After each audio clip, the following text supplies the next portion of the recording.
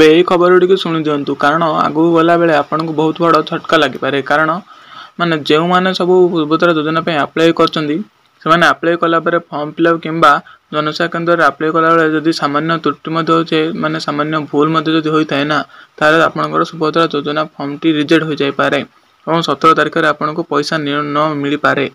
तो यही त्रुटि को आपन किपरि सुधारिबे और किपरि करिवे चलतु ए वीडियो रे आपण मानक मु जणाई दूची किंतु ता आगुरु जदि चैनल को सब्सक्राइब करना सब्सक्राइब करे सहित लाइक करेंगे।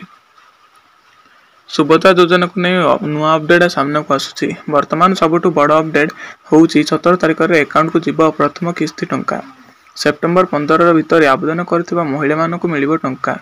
प्रश्न उठुची 17 पर आवेदन कले सुभद्रा टंका मिलिबो कि नहीं। 17 पर आवेदन करथिबा महिला मानक अकाउंट को भी सुभद्रा योजना प्रथम किस्ती आसीबो।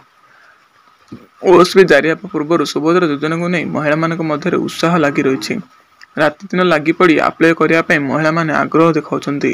ओडिशा रे रहुथिबा महिला माने जनसेवा केन्द्र ब्लॉक अंगनवाड़ी आगरे भिड़ जमाइछन्ती किंतु वर्तमान सबुठ बड़ कथा होउची यदि आवेदनकारी आवेदन कला बेले किछि त्रुटि अछि बोली भाबुछन्ती तेबे कोन करिवे आमे आपन को कहबू एथिपई कोन करबाक पड़िबो स्टेप बाय स्टेप जानि रखंतु नहले टंका मिलिबो नाही।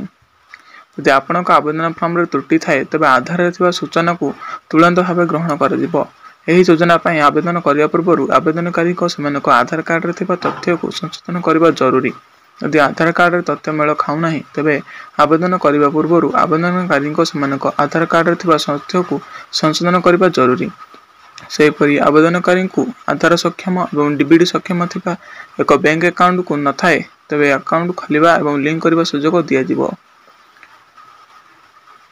आउ किसी जानबे को हेले आपण टोल फ्री नंबर 14678 रे कॉल करिवे। एही टोल फ्री नंबर सकाळ 6 रु राति 10 पर्यंत कार्यक्षम रहिबो। एही फॉर्म संपूर्ण मागणा रे उपलब्ध होउची। पूर्ण होइतबा फॉर्म सहित आवेदनकारी को केवल आधार कार्ड नकल दाखल करबेको हेबो। मो सेवा केन्द्र जनसेवा केन्द्र और जिलापाल को निर्देश अनुसार पुनर्निर्माण कर जायतिबा निर्दिष्ट स्थान और कार्यालय 4 सेप्टेम्बर रे अपराह्न फॉर्म दाखल आरंभ कर जायछि।